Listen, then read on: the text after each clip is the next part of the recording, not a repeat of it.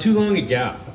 It's kind of a hard question because breaks are, what are you doing during that break? Are you traveling? Or really, what are you doing? I just hired somebody that who moved up here from California, had relevant work experience from Barracuda in their support department. He took the last year and a half off to write the Great American Novel.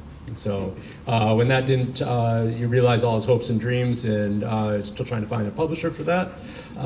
He went back to looking for what he was good at, which was support, which was networking. So that was a clear example. He kept up proficient. He was still technically minded.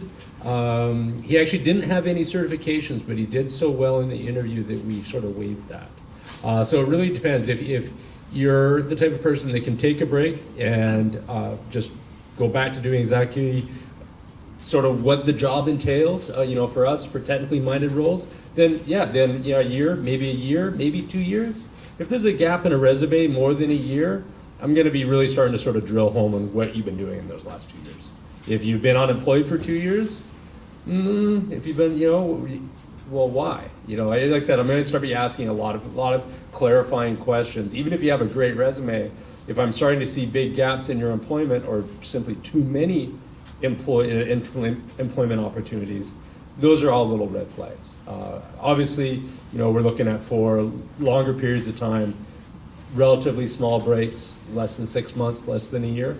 None of those would draw any red flags for me. 2 years is too long, and especially if you don't really fit with freelance related to the job, so 2 years is too long. And also the must-have skills that's required, it shouldn't be more than a year. So, yeah. Good answer. So for me, it's usually how well you're able to explain what you've been doing, right? When I do interview workshops, and I always call it the get to the next question answer. It's your pitch on what you were doing during this gap. It's, hey, after I left Microsoft, I took 6 months because I could to go traveling or to re-engage with my family and find out what my kids were doing all these years. It's kind of your ability to kind of perform, right? Because that's the first question that the employer is going to ask. As far as how long is too long, in development, it's usually the versioning, right? Because if you're working with .NET 4.5 or so, and you haven't been working, or your company was stuck on 3.0, then you lose certain features of the newer versions, and that could be a critical issue for the position. But with me, I placed people that were out of work for a year, 2 years. It's just your ability to explain your situation and smile and be creative and quick. No stuttering, right? Yeah, I think technology is always changing.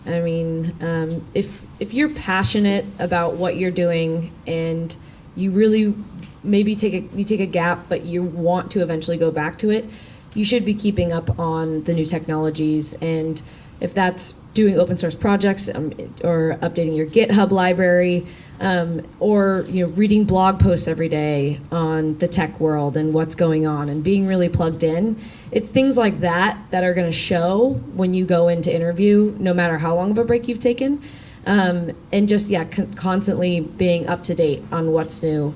And it depends on the hiring manager too. Some hiring managers are going to see contractors jumping around to a bunch of different positions and then taking a long gap and automatically flagging it. And some hiring managers are going to be a lot more in-depth with trying to learn your story. And in my opinion, resumes don't define you. So yeah, just practice, talking about what you've done and keeping up the skills. So when I was looking at these questions, I saw this one. There's no answer, and it varies based on, what your specific position is, again, how you explain it. But, when I was reading it, it was really more coming down to how long, and that goes down to the skills. Technology changes like the wind, the positions themselves, from system engineering to QA, are changing, and it's, people need to keep their skills up to date, whether or not they're currently working or not, you know, because that's gonna keep you employed more than, you know, more than not.